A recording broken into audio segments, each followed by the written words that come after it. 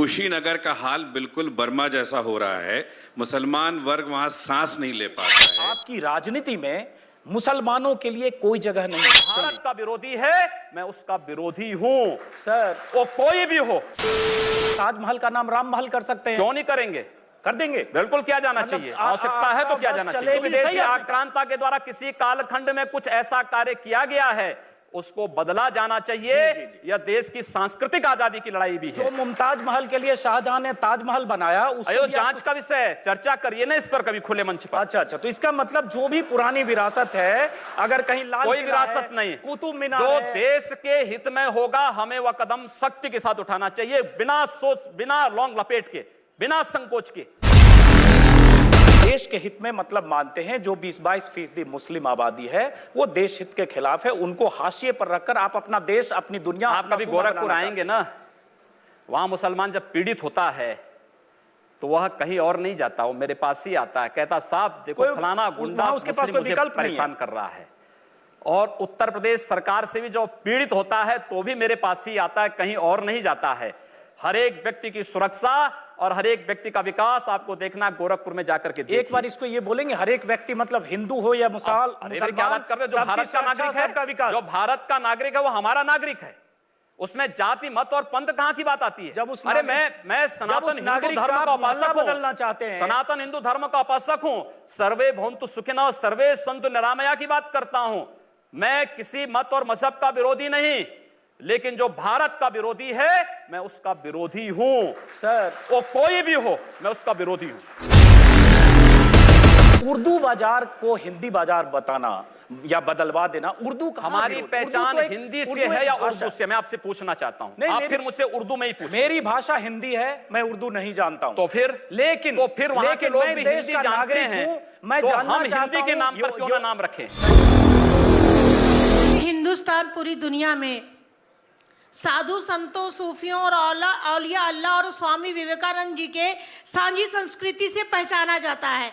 क्या आप स्वामी विवेकानंद जी के आचरणों और आदर्शों पर अगर उतरे तो मैं समझती हूँ ज़्यादा आप लोकप्रिय होंगे।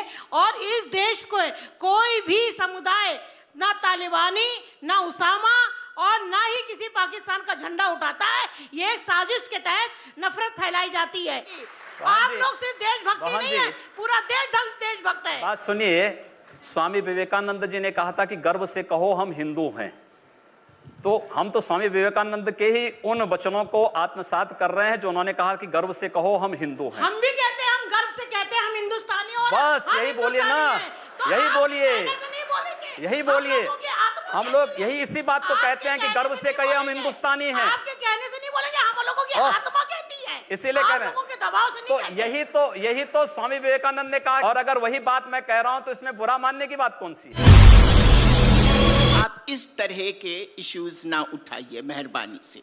ये वो वक्त आ गया है कि आप देखें कि मुसलमान, औरतों का क्या मुद्दा, मुसलमान खुद मर्द भी एजुकेशन में कितने पीछे है। ये बात उन दलों को समझानी चाहिए जो मुसलमानों को केवल आजादी के बाद वोट बैंक बना करके रख दिए हैं। योगी जी से मैं सहमत हूं कि आप जो सवाल इनको कह रही हैं, ये उठाएं मुसलमानों की गरीबी, गुर्बत और इसकी बात, वहां जो पार्टियां जो मुसलमानों को सदियों से, दशकों से वोट बैंक समझती है, वो पार्टियां भी वहां मुसलमानों के सिर्फ वोट बैंक समझती है, उनके विकास की बात कम करती है।